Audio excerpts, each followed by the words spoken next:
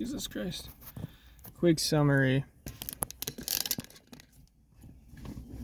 I was diagnosed with cancer in 2023, thyroid cancer. They told me that it was a very curable disease that they had been treating the same way since the 1950s. So that was a great sign.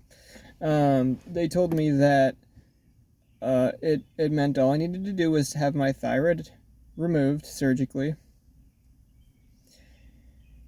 I would be put on a pill, a single pill that I would take every morning that would replace my thyroid. They would give me radioactive iodine, which is a radiation treatment to kill the rest of any thyroid cells in my body. And then I would be okie dokie for the rest of my life.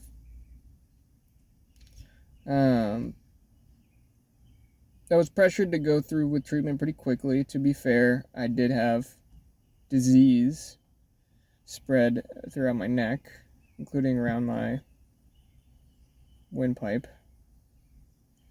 2 weeks before my thyroidectomy, after a sort of short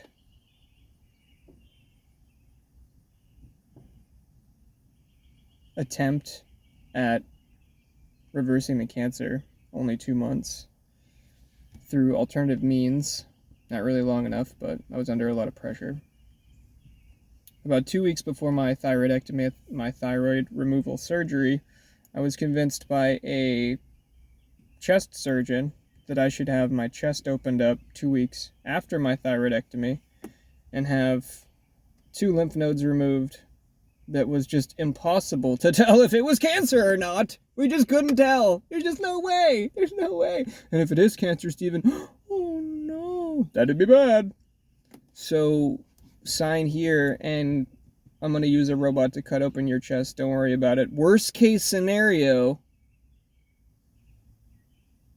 you have cancer. We take it out. You're good. Best case scenario, there's not even cancer in your chest to begin with, which we can't know. We just can't know. We just can't know. We just can't know. And, you got a little bit of superficial nerve damage on the surface of your skin. And you're, good to go. No big deal.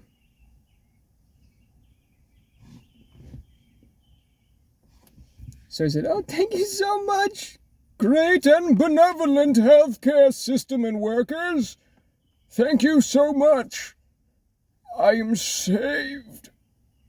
There can't be anything nefarious or incompetent about this healthcare plan, could there?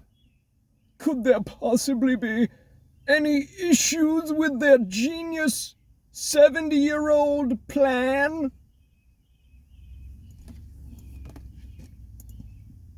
Step 1. Get the thyroidectomy. Get sick in the hospital, almost die because I can't sleep, eat, or drink anything for 3 days after arriving home. That sucked, but it wasn't, it was awful, but it wasn't wasn't hugely a reaction to negligence or a response to negligence or nefarosity. 2 weeks later, I go in, I get my chest opened up. They remove 2 lymph nodes from my chest. They're healthy. There's no cancer there. It's like somewhere between, I want to say 6 and 10 inches away from any cancer that we found. I think it's probably closer to like 8. Pathology report comes back. Negative, no cancer. Zip.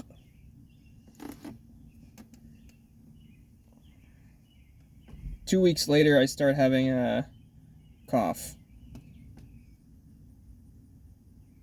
Oh, it's more complicated than that.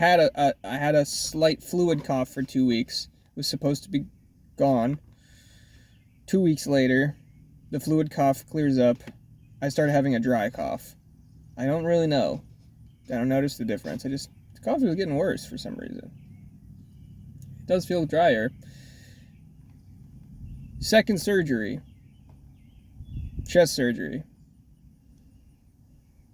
From the horse's mouth, the surgeon told me in my follow-up, oh yeah, we cut part of your vagus nerve to get to the healthy lymph nodes that we took out, best case scenario style. And the nerve that we cut intentionally, it opens your right windpipe. It's called the bronchial branch. It opens it back up. It's like essential for breathing. Yeah. Whoops. No. We did it on purpose. No, why would we put it in your discharge paperwork? Yeah, why would we let you know that? Why would I warn you ahead of time that that might happen? Why wouldn't I include that in the best case scenario premise that I kind of sold you the surgery on? Why wouldn't I do that?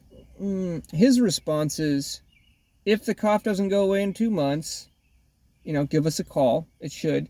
But besides that, kind of fuck off. Kind of don't ever talk to us again. Kind of you don't need to talk to me anymore. I got paid. You got cut open and your nerve sliced. Like, go away now. Go away. Okay. Consult for radioactive iodine. I was told ahead of time. The only thing that you need to worry about is probably don't have any children for a year afterwards, because the radiation can still kind of be in your body and can fuck with your sperm. Actual consult 5 months later with the radiologist,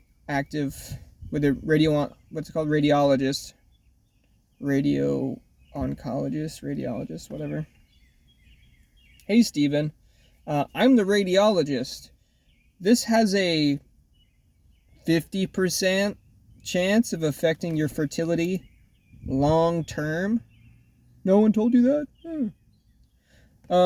This has a 25% chance of killing your saliva glands, so you won't be able to produce saliva anymore. You're 26? Yeah, so for the rest of your life, you won't be able to produce saliva. Probably won't cause you any issues, right? You can just carry around a bottle of saliva for the rest of your life. That should be good. That should be perfect. And, yeah. So that'll be good. Oh, and there's a negligible increase in other cancers. Potential that you'll have other cancer. We don't know exactly why. Hang on.